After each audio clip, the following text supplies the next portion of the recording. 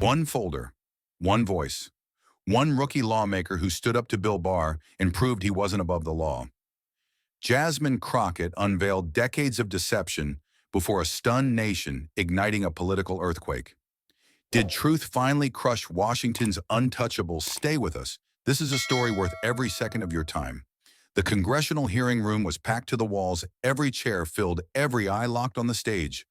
White lights blazed down, harsh and merciless, turning the chamber into a stage of judgment where no secret could hide. Cameras pointed from every angle, red dots blinking, feeding a live broadcast to millions of Americans glued to their screens. It was a trial in disguise, and the first strike could come at any second. At the witness table sat Bill Barr, 73, former Attorney General, his posture rigid, his face carved with confidence. He had survived Washington storms before and carried himself like a man untouchable. Facing him was Jasmine Crockett, 42, freshman congresswoman from Texas, calm on the outside, but her eyes sharp as steel. She was the challenger, the disruptor, a woman ready to tear down the myth of untouchable power. This was not a review of the Justice Department. It was war old power against new justice arrogance, against evidence, and only one would leave unbroken. Bill Barr leaned forward, his voice sharp and cutting. "Representative Crockett, you are lying to the American people," he barked. His face tightened as he added, "You are nothing but a newcomer, inexperienced, inventing stories to score cheap political points." The insult hit like a slap. Across the chamber, several Republican members banged their desks in agreement, their voices rising in support. Reporters in the gallery scribbled furiously, capturing every word of the attack. But Jasmine Crockett did not flinch. She sat tall, a calm smile forming on her lips. Without raising her voice, she reached for a folder. "Let's start with Roger Stone," she said evenly. "He was convicted of lying to Congress, of obstruction, of witness tampering. Prosecutors recommended 7 to 9 years in prison. But suddenly, the sentencing recommendation was cut. Here is the email from the lead prosecutor. We have been told to reduce our recommendation due to pressure from the Attorney General's office." The words hung in the air like a blade. The room shifted. Barr's jaw tightened. "That email is taken out of context," Barr snapped, clinging to the table. His tone was defiant, but his eyes flickered uneasily. Crockett didn't hesitate. She pulled another document from her folder. "Then explain this," she said, holding up an electronic calendar record. February 11th, 2020.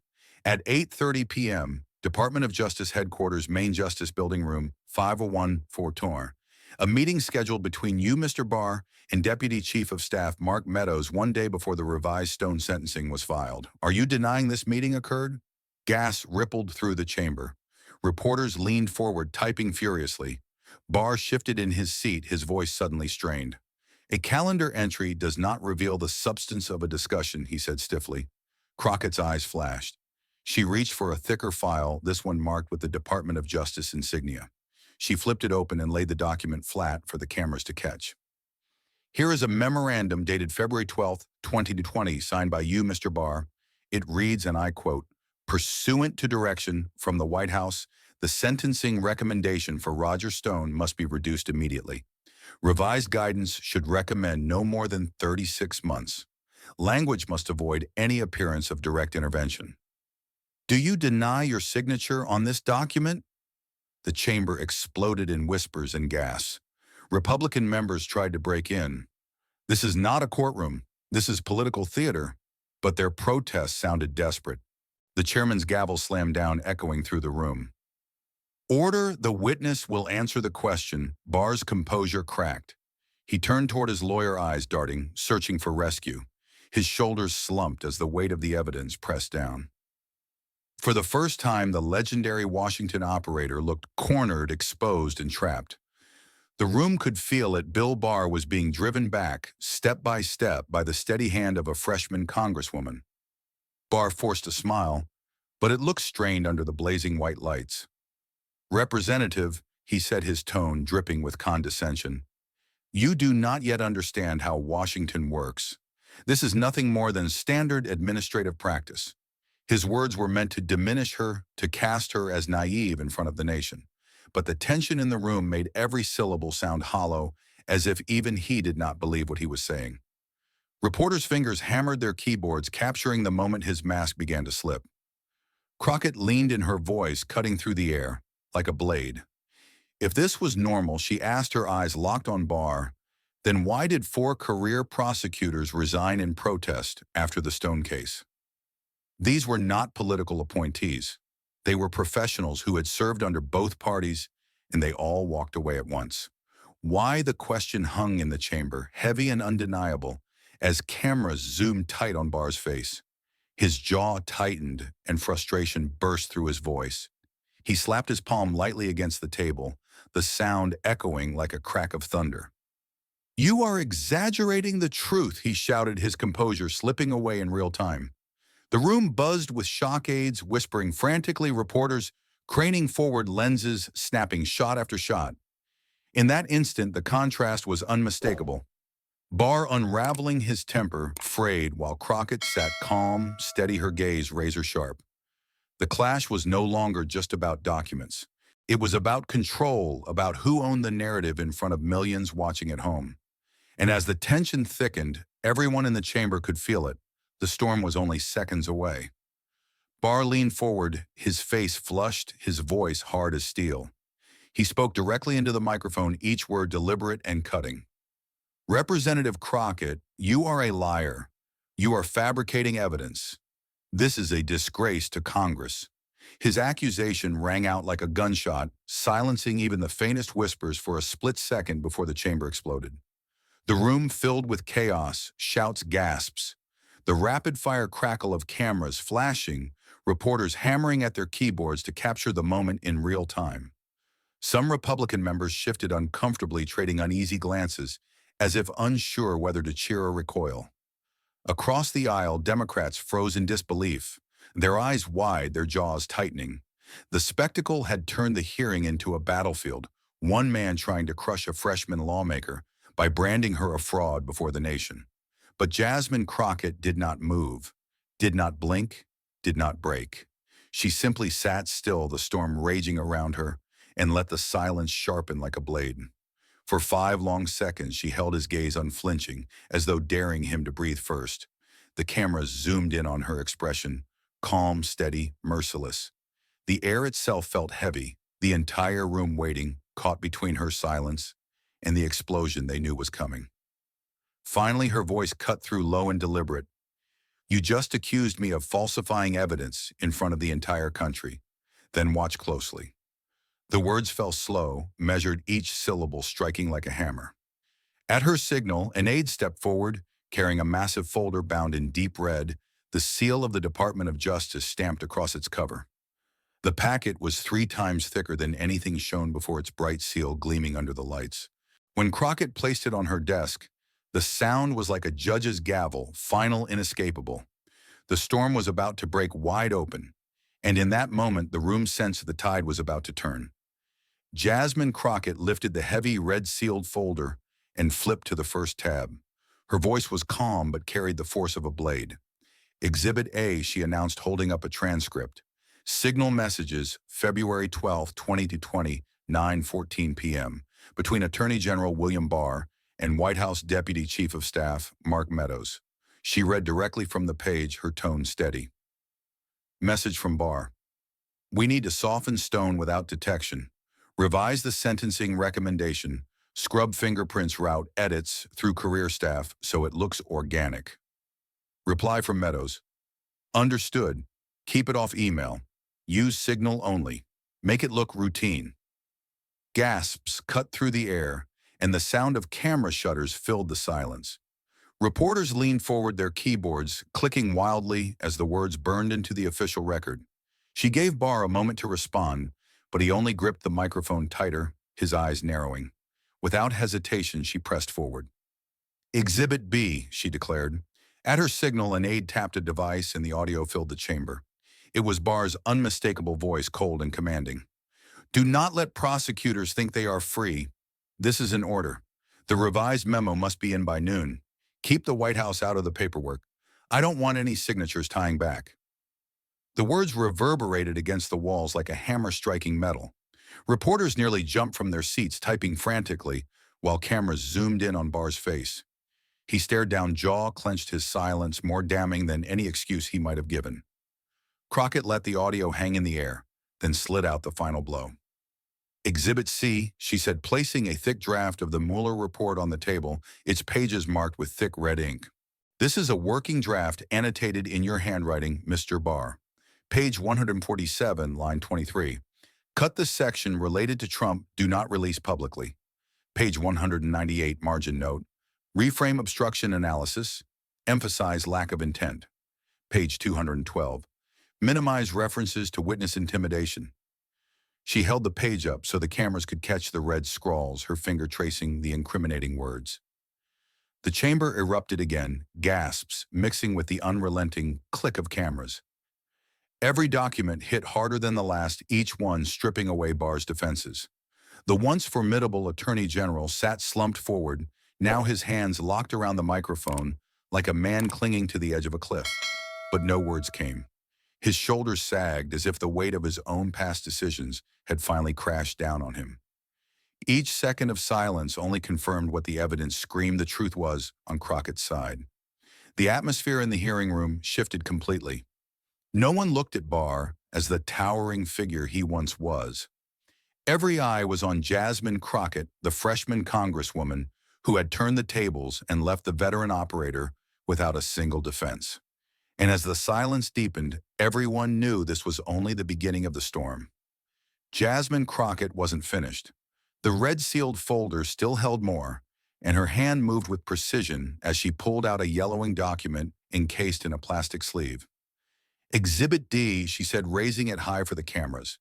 "This is a memorandum from 1992 when Mr. Barr served as Attorney General under President George H.W. Bush." Her eyes never left him as she flipped to the handwritten section. "Your own words, Mr. Barr. Written in your own hand." She read slowly, letting each line hit like a blow. "Congress does not need to know everything. Executive privilege is enough to conceal many wrongs." The words sent a shiver through the chamber. The flash of cameras was relentless, each click capturing the document that now lay exposed for the world to see. Reporters leaned forward, mouths open, recognizing the magnitude of what was just revealed. This was no longer about one case, one hearing, or one administration. It was about a pattern, a habit woven into Barr's career like a stain that could never be washed away. Crockett's voice cut through the heavy silence. "This is not an isolated incident. This is not a one-time lapse in judgment. This is a repeated offense. For 3 decades, you have treated the Department of Justice not as the people's institution, but as a political weapon." Her tone was steady but cold, the kind of calm that burns deeper than shouting ever could. Across the aisle, several Republican lawmakers shifted in their seats, their discomfort written in every nervous glance and every uneasy movement. Some lowered their heads, refusing to meet the gaze of the cameras now zooming in mercilessly. Others quietly gathered their papers and slipped from the room as though distance could shield them from the blast radius of Barr's collapse. The optics were devastating allies abandoning their champion, while his accuser stood tall, unflinching. Every second of hesitation, every bowed head added weight to the sense that Barr's empire had finally crumbled. The atmosphere in the room was suffocating, as if the air itself had thickened under the gravity of what had just been exposed. Barr remained hunched at the witness table, his once defiant shoulders now sagging under the weight of 30 years of secrets dragged into the light. His hands clutched the microphone, but no words came. For the first time, the man known for clever evasions and sharp legal maneuvering sat mute, stripped of his armor. The silence was deafening, louder than any protest, could have been louder than any defense he might have attempted. Everyone in the chamber understood the fight was over. The hearing room had become a stage of reckoning, and the verdict was already clear. Barr had not just stumbled, he had fallen. His legacy, once crafted to project strength and authority, now lay shattered in front of millions watching live. The memo from 1992 was more than paper. It was the smoking gun that tied past to present, proving that his misconduct was no accident but a way of life. Crockett's steady hand, her relentless preparation, had turned history itself into her weapon. And as the cameras flashed one last time on the defeated figure at the witness table, The chamber braced itself, knowing the final blow had yet to land. The chairman's gavel cracked like thunder, and the chamber froze mid-breath. "This hearing is recessed for further investigation," he declared, each word clipped and final. The sentence rolled across the room like a closing steel door. Staffers looked up, lawmakers shifted, and the hush felt like gravity. Papers rustled, chairs scraped, and the red lights on the cameras never blinked. What had been a duel was now a record sealed by the strike of wood on wood. Bill Barr pushed back from the table and wavered. The confidence drained from his face. His lawyer moved in quickly, a hand at his elbow, guiding him toward the side door. Flashes detonated and burst white heat, slicing the air as photographers surged. "Mr. Barr, do you stand by your statement?" a reporter shouted, drowned by the next volley of light. He did not answer. Head lowered, he let himself be steered past the curtains like a man retreating from a fire. For the watching millions, the image was unmistakable, not an exit, a flight. On the screens beyond the chamber, the crawl flipped to breaking banners within seconds. "Crockett has evidence." Barr collapses blazed one headline, mirrored by push alerts pinging across phones nationwide. Clips looped on repeat, the memo, the audio, the red ink, the stunned silence. Producers barked orders, anchors leaned forward, and chyrons stacked like verdicts. Every frame told the same story, a heavyweight brought to the ropes by receipts no spin could smother. Inside the hall, the echo of the gavel still hung, and the narrative had already left the building. 2 blocks away, the phones at Jasmine Crockett's office lit up and stayed lit. "Thank you for standing up," said a caller from Houston. "You spoke for us," said another from Detroit. Staffers worked shoulder to shoulder, logging names, timestamps, and messages as the line stacked to capacity. Every minute brought another 100 calls, then another 100, until the tally cleared the thousands and kept climbing. "We saw the memo. We heard the tape. Do not back down," a teacher whispered, and a veteran added, "You gave us our voice today." Back at the table, Crockett listened, eyes steady as the ring of gratitude rolled on like distant thunder. Local stations cut into programming, replaying the gavel and the side door exit, while lower thirds stamped a verdict in bold red. Web homepages refreshed in waves, stacking live blogs and timelines, as the clip of Barr shielding his eyes clocked millions of views. In the office, staffers flipped to overflow lines and pulled in volunteers, printing scripts that read, "Name city message callback." A mother from Phoenix cried into the receiver, "My kids watched. They saw someone tell the truth and not blink. Thank you, thank you." A retired prosecutor said flatly, "The evidence was clean. The silence said the rest," before the line clicked and another call rang in. And as the switchboard lights burned on, the night's momentum gathered, ready to carry the story into whatever came next. The House moved first, crisp and surgical, with a notice that sounded like a drumbeat. The chair read the resolution into the record, naming the charges as plainly as a verdict: perjury and obstruction of Congress. Staffers fanned out with folders, while cameras captured the moment the oversight machine roared to life. Subpoenas were drafted for emails, call logs, devices, and sworn statements, each item a thread ready to be pulled. The language was clean, unflinching, and unmistakable. This would not be a symbolic gesture. It was a formal investigation with teeth, and the bite was already visible. Committee counsel outlined the scope on live television, describing deadlines, production schedules, and interview calendars that left no room to hide. Members talked about sworn depositions, document preservation, and penalties for anyone who dared tamper with evidence. The vote advanced with quiet gravity, a line of green lights blinking across the board like a runway guiding a jet to touchdown. In the minority, a few voices tried to slow the process, but more telling was the silence from the usual defenders. Halls that once echoed with talking points offered only hushed phone calls and closed doors. Even off camera, the message was obvious: no one wanted to be caught standing next to a collapsing wall. Within hours, the Department of Justice issued its own statement, taut and measured, yet thunderous in implication. An independent review would proceed, separate from political offices, with full authority to collect records and interview witnesses. The spokesperson's words were simple: "We will follow the facts and the law, and we will do so without fear or favor." There was talk of recusals where appropriate, firewalls to preserve integrity, and an open line to the Inspector General. The tone was cool steel, the subtext a warning this would be judged by evidence, not by loyalties. For a department that weighs every syllable, the clarity landed like a gavel. Then came the long, spreading quiet, the kind that speaks louder than shouting ever could. Longtime allies declined bookings, declined comment, declined eye contact in the corridors where they had once smiled for the cameras. A senator's office said scheduling conflicts. A governor's team said they were focused on state issues. A donor said they were taking stock. A prominent conservative society quietly updated its website, trimming a page of honorees until a familiar name no longer appeared. Invitations went missing, calls went unreturned, and introductions dried up like a well in summer heat. The old friendships did not end with a fight, they simply evaporated. Newsrooms, meanwhile, found the words the moment demanded, and they were merciless. The total collapse of Bill Barr ran across lower thirds in bold red, then across homepages in black banners and high-contrast photos.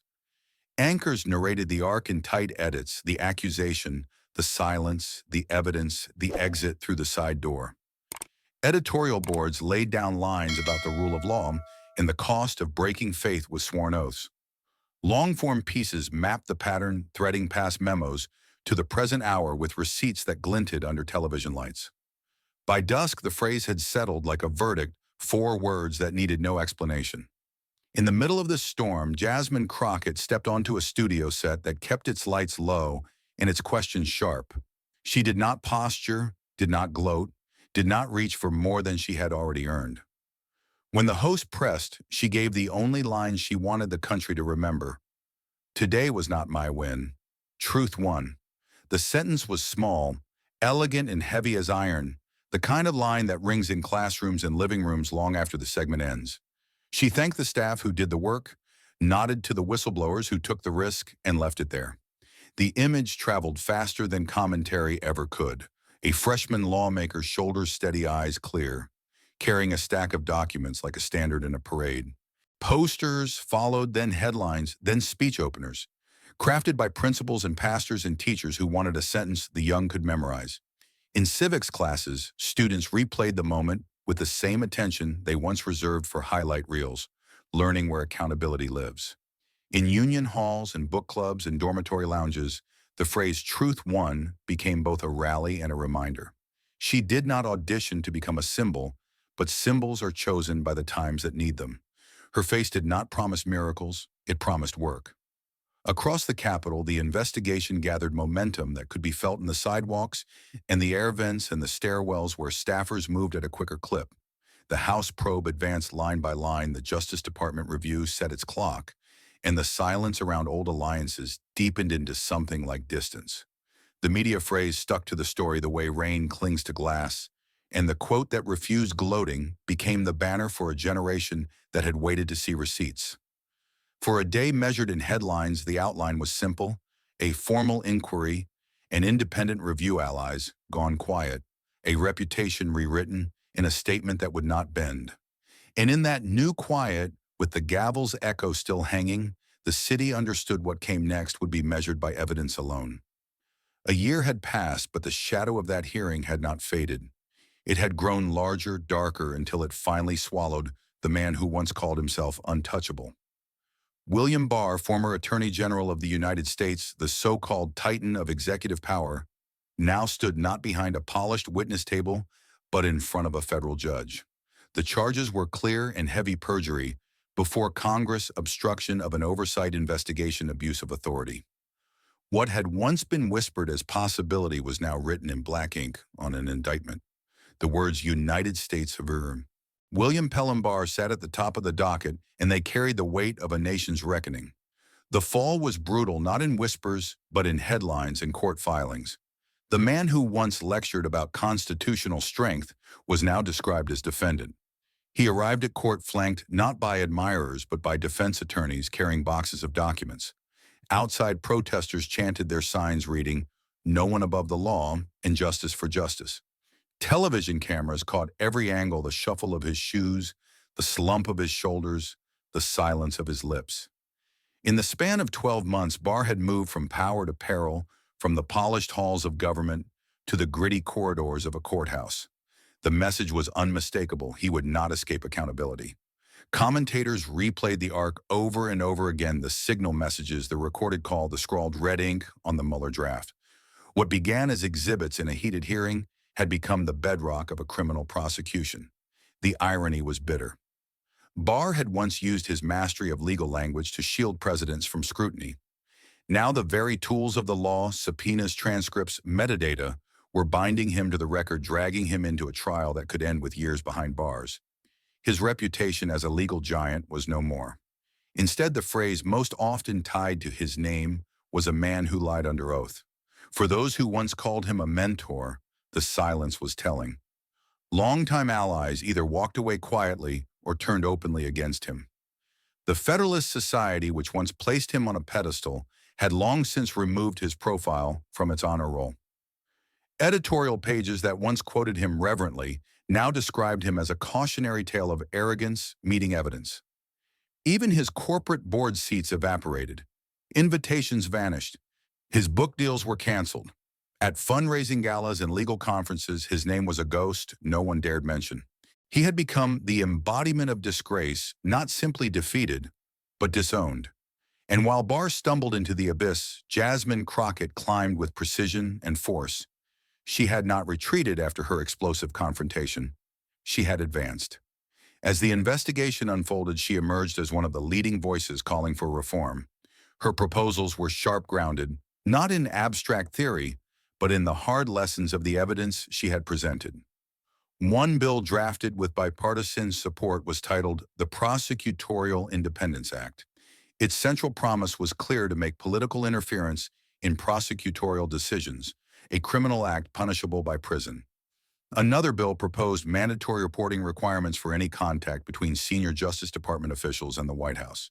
"Sunlight is our strongest safeguard," she said in a committee markup, and the line spread across the news ticker within the hour. Her work gained traction in places where few expected it. Some Republicans, embarrassed by Barr's downfall, crossed the aisle to co-sponsor her reforms. Editorials praised her precision. Law professors wrote that she had set a new standard for legislative oversight. Most telling was the way her name began to shift in public conversation, not just Representative Crockett, but a leader in accountability. Her colleagues described her as meticulous, fearless, unflinching. She became the face of a generational shift inside Washington, someone who had come not to join the club, but to dismantle its worst habits. The academic world moved quickly to capture the moment. Within a year, law schools from Harvard to Howard added case studies on the hearing to their syllabi. Students read the signal thread and debated the evidentiary rules. They analyzed the constitutional questions raised by Barr's memo from 1992. They studied Crockett's questioning strategy, noting how her silence, her timing, and her evidence created a new kind of cross-examination standard. Professors labeled it the Crockett Standard, a benchmark for how congressional oversight could and should be done. Young law students spoke of it with awe. She didn't just argue, one student told a reporter. She built a wall of evidence and then walked him straight into it. Her influence extended beyond classrooms. Community groups invited her to speak. Civic organizations quoted her words. The image of her holding up the thick folder with the Justice Department seal appeared in posters, murals, and even in high school civics textbooks. She became more than a politician. She became a symbol. And symbols are powerful, especially when they speak to those who have long been told their voices did not matter. For women, especially women of color, Crockett's stand was a revelation. She had stared down a man who had been called a titan of law and power, and she had not blinked. She had turned the stereotype of inexperience on its head, showing that preparation and courage outweighed pedigree and seniority. She spoke for all of us who were dismissed as too new, too small, or too loud, said one activist during a panel. For the younger generation, her rise was fuel. Applications to law schools spiked, with many students citing her hearing in their personal essays. Youth groups pointed to her as proof that integrity could still matter in public life. The cultural impact reached further. For decades, Washington had operated under what many called the culture of impunity, where powerful officials assumed they could bend rules and escape consequence. Crockett's confrontation shattered that assumption. Barr's indictment was more than a legal event. It was a cultural signal. It showed that even the most entrenched power could be pulled down, that the old ways of immunity were no longer untouchable. It forced the city to reckon with a question it had long avoided: what happens when evidence finally outweighs influence? The answer was now visible in real time. It all came together on the anniversary of the hearing when Crockett delivered a speech broadcast live across every major network. She stood at the House podium, the same chamber where the showdown had begun, her voice calm but weighted with memory. That day she said, "I was called a liar. I was told I had fabricated evidence. But history has now shown who betrayed justice and who defended it." The room erupted into applause, rising to its feet as the cameras zoomed in. Her words carried no spite, no gloating. They carried a truth forged by evidence and sealed by consequence. The speech ended with the chamber standing the applause long and rolling. Camera lenses lingered on her face, calm and resolute, before cutting to a still frame that would be printed the next morning in papers. Around the world, Jasmine Crockett, freshman lawmaker, no more. Now a symbol of accountability. The applause was not only for her victory, but for what it meant: the proof that the system could still work, that truth could still pierce power. That night, the networks replayed another image, a photograph captured a year earlier of Crockett gathering her papers after the gavel fell. The overhead light had caught her face just as she looked down at the folder marked with the Department of Justice seal. Around her, chaos swirled: reporters, rushing colleagues, clustering Barr, fleeing. But in that still frame, she was calm, steady, the keeper of truth. That photograph, blown up on banners and framed in classrooms, had become history's shorthand. A freshman lawmaker toppling a monument of power, not with rage, but with receipts. For William Barr, the legacy was grim. The trial loomed, and the word perjury hung heavier than any title he had ever carried. He was no longer remembered for his years of service, but for the day he lied and was caught. His story had become a warning, a case study in arrogance undone by evidence. For Jasmine Crockett, the legacy was different. She had shown that courage backed by proof could cut through decades of corruption. She had written herself into the nation's memory, not as a firebrand, not as a partisan, but as a guardian of truth. The message of it all was simple yet searing. No one stands above the law. Evidence outweighs power. And when truth is carried with courage, it can rewrite history. And as the applause faded on that anniversary night, the country knew the photograph of Jasmine Crockett under the white light would endure, not just as a picture, but as a promise. Thank you for watching until this moment and for standing with us on this journey for justice. Your support means everything. Like, subscribe, and turn on notifications so you never miss what's next. And we'd love to hear your thoughts. Leave a comment below and let us know what moved you most in this story. Together, our voices make a difference.